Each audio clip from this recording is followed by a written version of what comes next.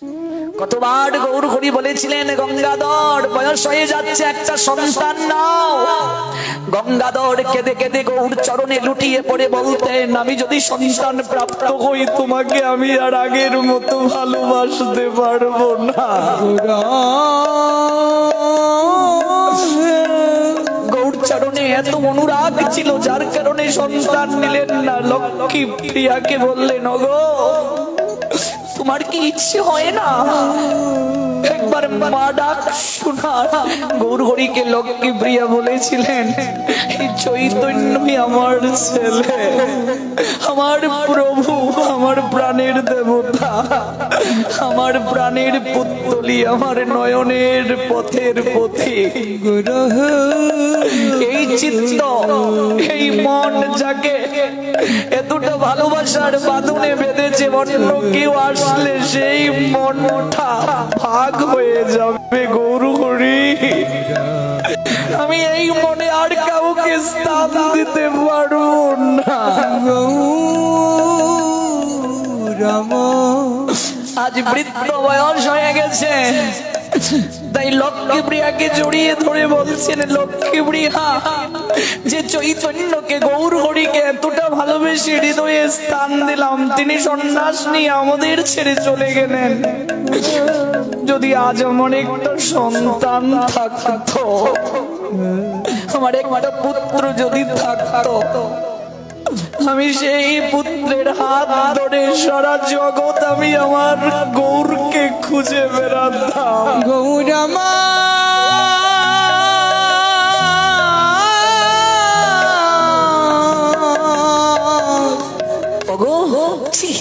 এই বৃদ্ধ বয়সে তুমি সন্তান প্রাপ্তির কামনার কথা আমায় জানাচ্ছ, কি করে সম্ভব?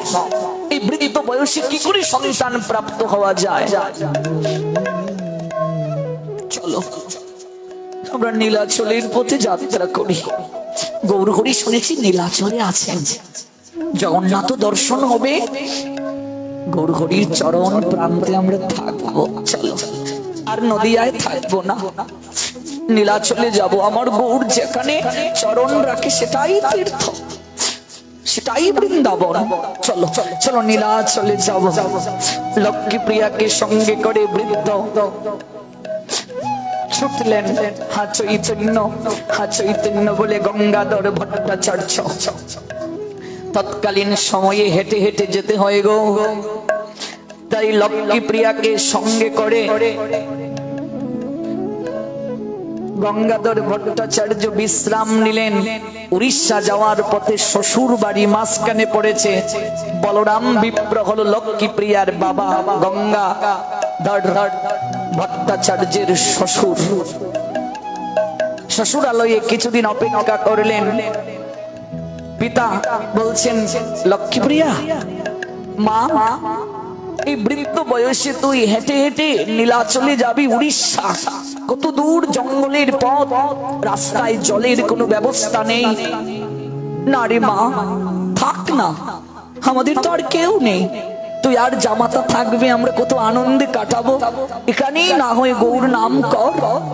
লক্ষ্মী প্রিয়া কাঁদেন, না না বাবা, বাধা দিও না, জীবনে সন্তান নিলাম না, গৌরকে ভালোবেসে আর বৃদ্ধকালে গৌর অদর্শনে মরব, গৌর চরণ তেজিয়া মরিব, তা তো হয় না, তা পারবো না বাবা, আমাদের বিদায় দাও, আমরা নীলাচলে যাব। নীলাচলে যাত্রা করলেন লক্ষ্মী প্রিয়াকে সঙ্গে নিয়ে গঙ্গাধর ভট্টাচার্য।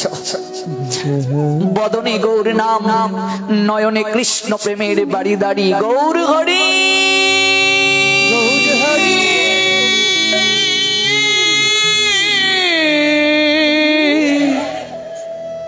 গৌর হরি, গৌর হরি, গৌর হরি।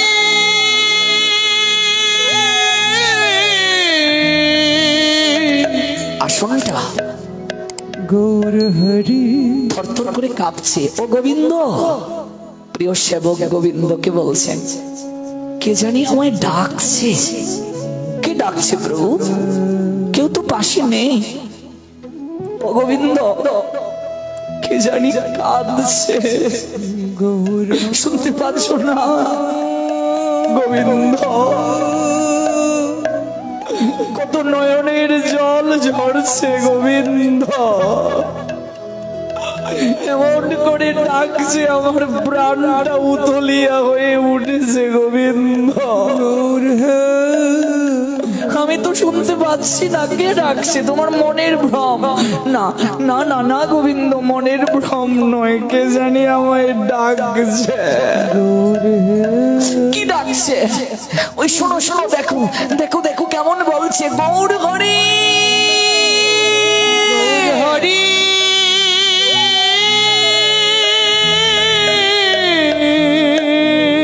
এমন করে যদি কেউ ডাকে গো মা, ভগবানের কাছে না পৌঁছে থাকতে পারে? আমরা ডাকতেও পারি না গো,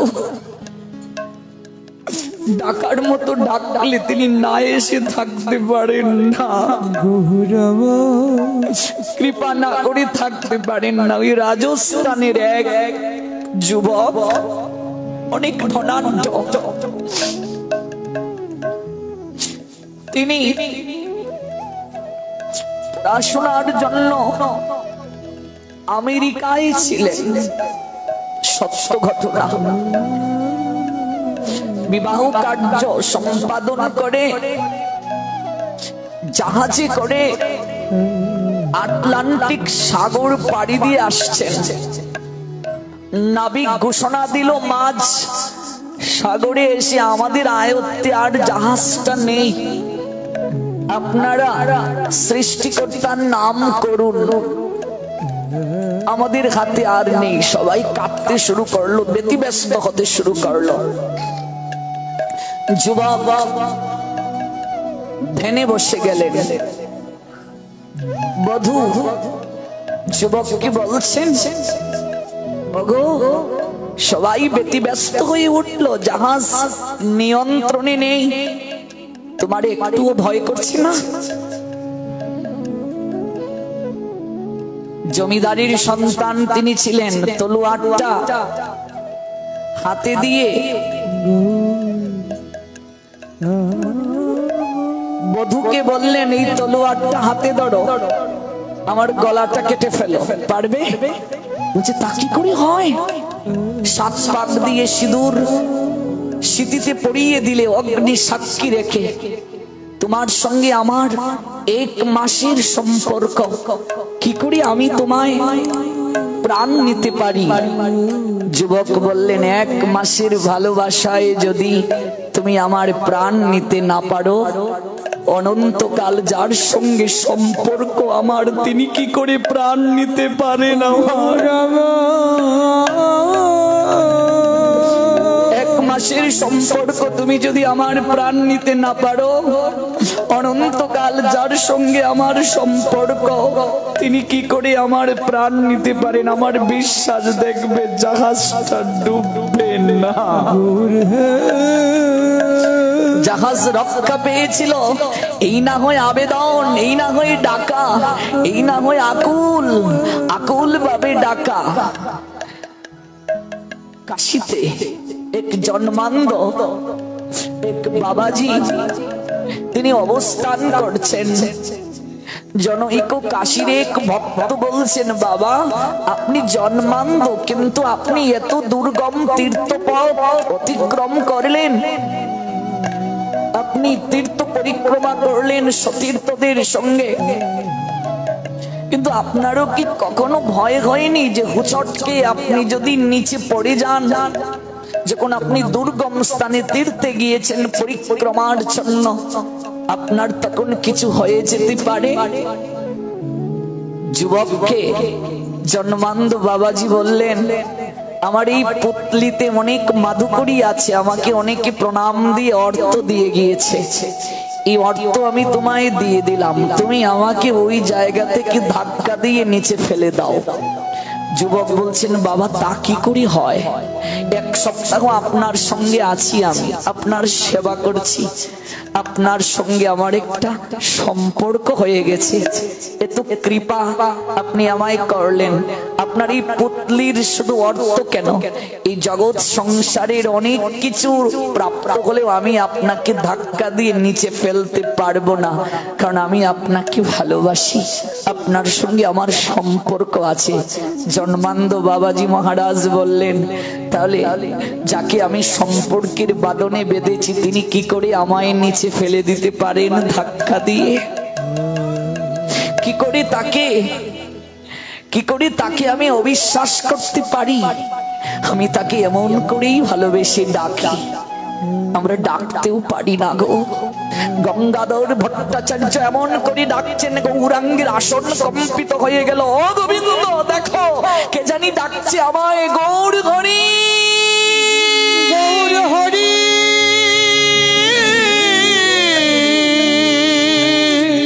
নয়ন থেকে টপ টপ করে জল ঝরছে, গৌর হরি। অন্তর্যামী হৃদয়ে শ্রী গৌরাঙ্গ সবই জানেন কে আসছে।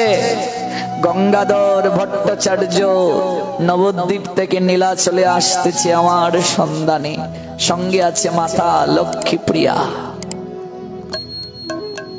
জগন্নাথ ক্ষেত্রে পৌঁছে জগন্নাথ দর্শন করে জগন্নাথের কাছে প্রার্থনা কি নিবেদন করবেন? হে জগতের নাথ, তুমি তো সব জানো, তোমার কাছে কি জানাবো, কি নিবেদন করব আমি?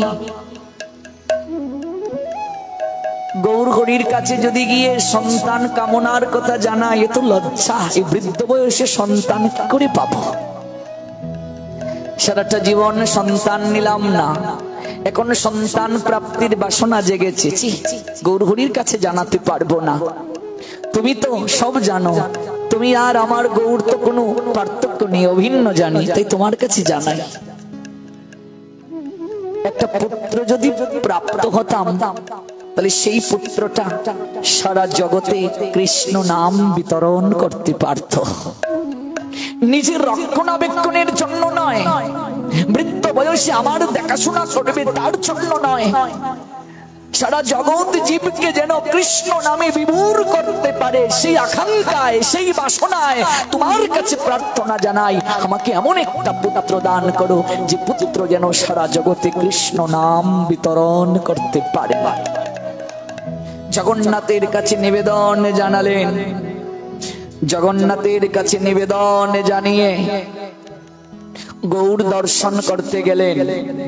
হেন সময় গৌর হরি গোবিন্দ ডাকিয়া, গোবিন্দ ডাকিয়া কহে গভীর ভাবে ভাবাবিষ্ট হইয়া, ভাবাবিষ্ট হইয়া পুত্রের কামনা করিয়াইলা ব্রহ্ম। শ্রীনিবাস নামে তার হইবে নন্দ, হইবে নন্দ। গোবিন্দকে বলছেন, এক ব্রাহ্মণ আসতেছে, ভক্তি রত্নাকরের দ্বিতীয় তরঙ্গে এই লীলা পাবেন। নরহরি ঠাকুর রচনা করেছেন, এই গ্রন্থটা একটু কিনবেন, বেদগড়ে পাবেন হবিগঞ্জে। ভক্তি রত্নাকর, বেদগড়কে একটা ধন্যবাদ দেওয়া দরকার, ওরা ইন্ডিয়ার থেকে অনেক গ্রন্থগুলো এনে প্রচার করছে, যদিও অনেক দাম রাখা হয়, এরপরেও তারা ভালো প্রচার করছে। এই নরহরি ঠাকুরের ভক্তি রত্নাকর গ্রন্থে এই লীলা পাবেন, যে লীলা আপনাদেরকে শ্রবণ করাচ্ছি। ভক্তি রত্নাকর গ্রন্থটা একটু জানা দরকার। ভক্তি রত্নাকর, রত্নাকর মানে কি? সাগর। ভক্তি রত্নাকর মানে কি? ভক্তির সাগর। এই গ্রন্থ যে পাঠ করবে, আস্বাদন করবে, সে ভক্তি সাগরে ডুব দেবে, ভক্তি সাগরে সাঁতার কাটবে, ভক্তি সাগরে নিমগ্ন হবে। গোবিন্দ, এই যে বলছিলাম না, কে জানি আমায় ডাকছে, নয়নের জলে কাঁদছে। গোবিন্দ, এক ব্রাহ্মণ পুত্র কামনা করে আমার নিকটে আসতেছে। দেখুন, জগন্নাথের কাছে জানালেন, কিন্তু গৌর হরি জেনে গেলেন। বাসুঘোষ কি বলছেন? যেই গৌর সেই কৃষ্ণ সেই জগন্নাথ। অচিরেই তার তার ঘর আলোকিত করে এক পুত্র আসবে, সেই পুত্রের নাম হবে শ্রীনিবাস আচার্য। কোন প্রসঙ্গ থেকে এত দূর গেলাম? গতকাল শ্রীনিবাস আচার্য গদাধর পণ্ডিতের কাছে গেলেন ভাগবত শ্রবণ করার জন্য। একটু শ্রীনিবাসকে তা জানানোর জন্য আমরা এত দূর গেলাম। আরো তো অনেক ব্যাখ্যা আছে, বিস্তৃত।